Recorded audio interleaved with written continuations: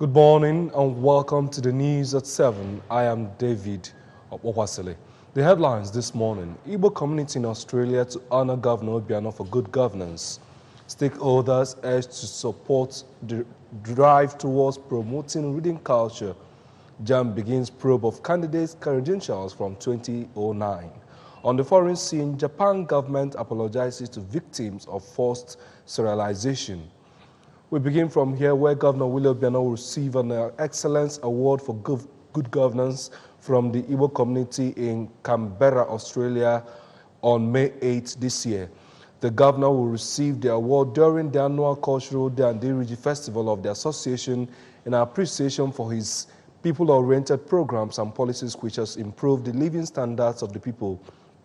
According to a letter jointly signed by the President, Igbo Community in Canberra, Mr. Odera Obaji, and the Secretary General, Mr. Isaac Okorie, the inaugural Good Governance Award to Governor Obiano was in view of his selfless good governance in Anambra State, as well as how his administration has taken the state to enviable heights, resulting to a resounding victory in the November 2017 gubernatorial election, which earned him another term of 4 years. The Igbo Sociocultural Organization based in Canberra, Australia, reassured Governor Obiano and other sons and daughters of Igbo extraction doing very well in their various fields of endeavor of their total support. They expressed appreciation to Governor Obiano for appointing one of their members, Dr. Christian Madbuko, as Commissioner for Trade, Commerce, Market and Wealth Creation, calling on other governors in Nigeria to emulate Governor Obiano in developing their various states. As the world marked 2019 World Book Day, parents, teachers, and children have been enjoined to appreciate the world of literature and the importance of reading. To mark the day, management and staff of Anambra State Library Board visited Nigeria Prison Service Oka as one of the ways to extend the celebration to the inmates of the prison, and later at Professor Kennedy State E-Library interacted with school children who were exposed to pleasure of reading. Education correspondent Theophilus Okoha now completes the report.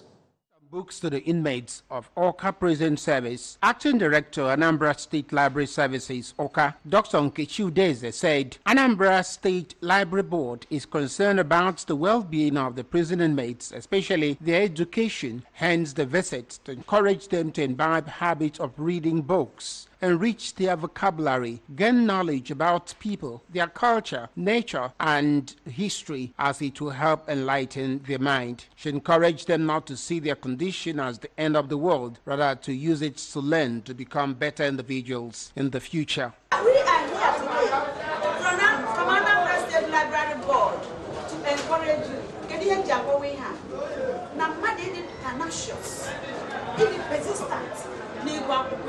Can change the person's life. Receiving the books on behalf of the inmates, CSP Udagwu Christian, who represented Divisional Controller of Prison Edwin Akabeze, expressed delight on the visit and assured that the books will be stocked at the prison's library for the inmates. He was absent, so remember blessed. And anybody that would love something, have something, want to share with others,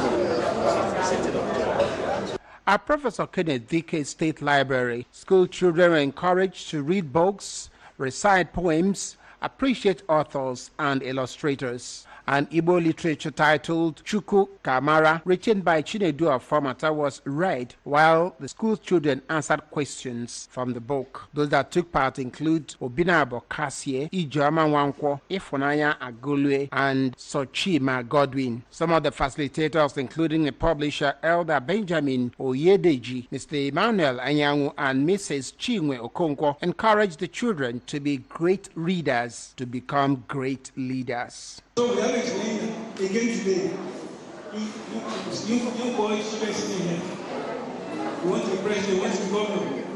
You have a challenge also to make up your mind to help us in the country.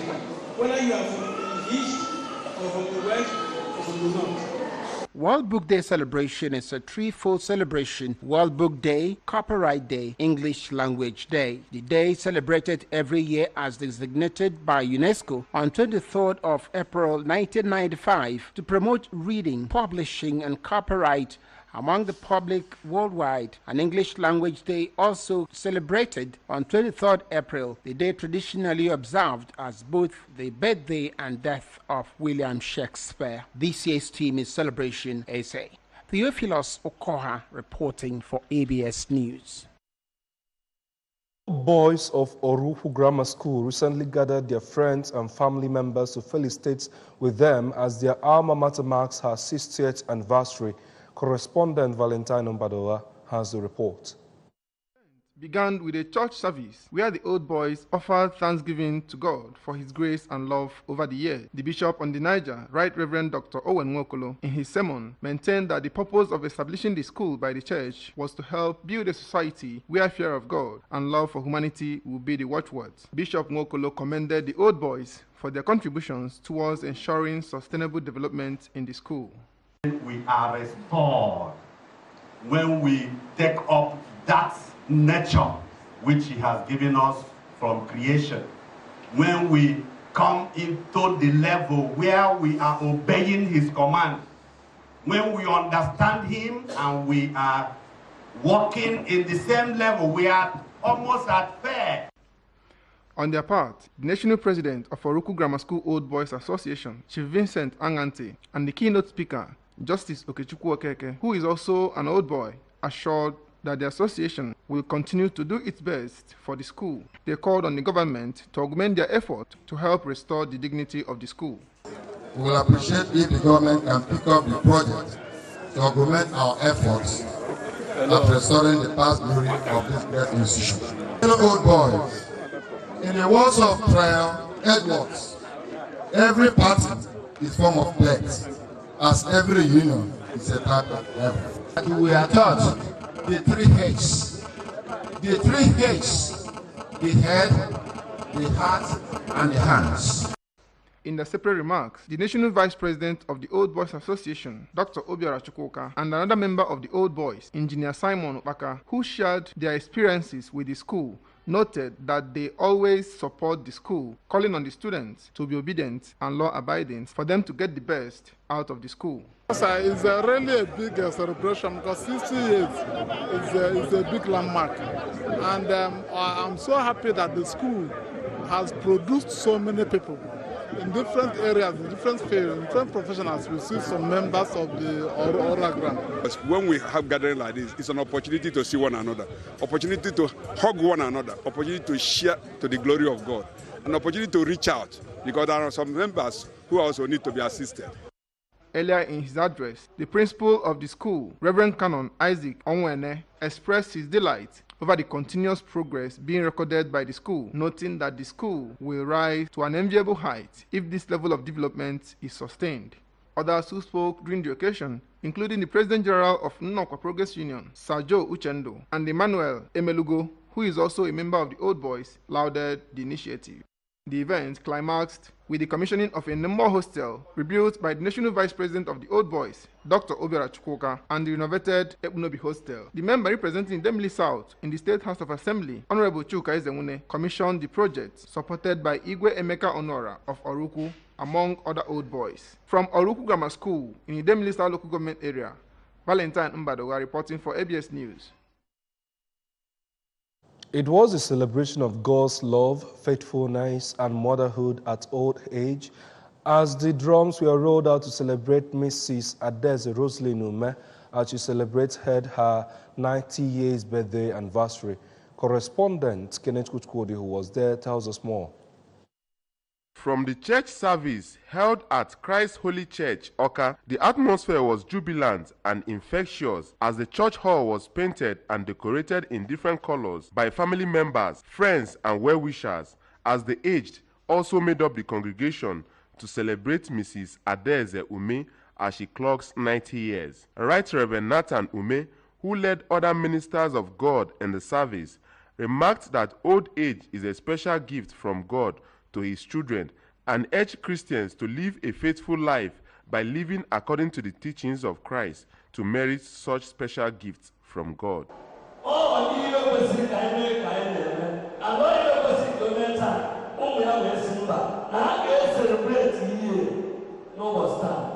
When I say,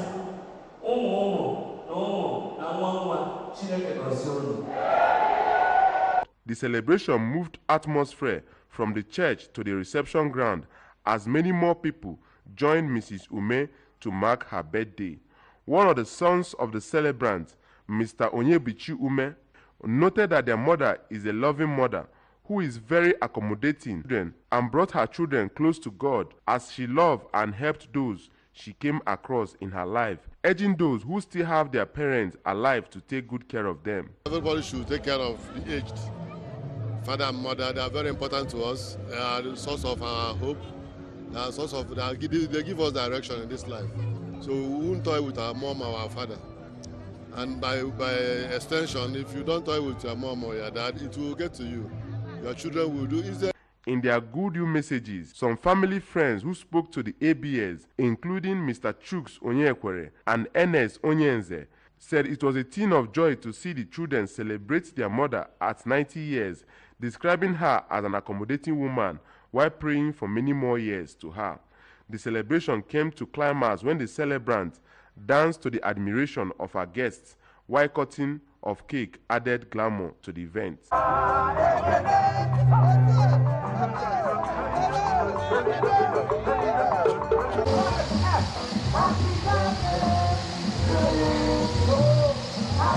In Oka, it's been Kenechukwu Chukwudi for ABS News. The Joint Admissions and Matriculation Board, JAMB, is not taking its fight against examination fraud lightly. It has begun a probe of credentials of applicants from 2009 till now through the use of a new biometric software. This means that persons who cheated the system to pass the Unified Tertiary Matriculation Examination to get into school and may have graduated and participated in the National Youth Service Corps will be arrested and have their certificates withdrawn. The probe will reveal pictures of people found culpable and they will be published. The head media and information of JAMB, Fabian Benjamin, who disclosed this, said the probe had begun and it will be completed in record time as JAMB had required software which would be able to identify fake biometric data. And on business news, the Nigerian Electricity Regulatory Commission has issued permits to meter set providers to provide meters to customers who receive electricity supply from 4 power distribution companies. According to NERC, the permits were issued to meter asset providers that are to supply meters to customers in the franchise areas of Port Harcourt Electricity Distribution PLC, Yola Electricity Distribution Company PLC, Enugu Electricity Distribution Company PLC, and Ibadan Electricity Distribution Company PLC. The Commission stated that permits were issued in accordance with its meter asset provider regulations, adding that the meter providers were successful in the procurement process that were done by the DISCOs. And on the foreign scene, Japan's government has apologized and promised to pay compensation to tens of thousands of victims forcibly sterilized under a new defunct eugenetics protection law, which was designed to prevent the birth of poor-quality descendants. Many of the victims were physically or cognitively disabled, and others suffered from mental illness, leprosy, now a curable affliction known as Hansen disease, or simply had behavioral problems. It was unanimously passed by the upper house of parliament after previously passing the more powerful lower house. Prime Minister Shinzo Abe issued a statement apologizing and saying that every effort will be made to ensure that society did away with discrimination against those with handicaps. An estimated 25,000 people were sterilized without their consent, while the 1948 Eugenics Protection Law remained in place until 1996. The law allowed doctors to sterilize people with disabilities. It was quietly renamed the Maternity Protection Law in 1996 when the discriminatory condition was removed. Louis Ortiz will not replace Jarrell Miller as world heavyweight champion Anthony Joshua's opponent on 1st June, the Coban promoter has said. Joshua was due to fight Miller at New York's Madison Square Garden, but Miller was denied a license after an adverse finding from a sample taken on 20th March. King Kong Boxing accused Joshua's promoter Eddie Hearn of using Otis 40 as a gimmick.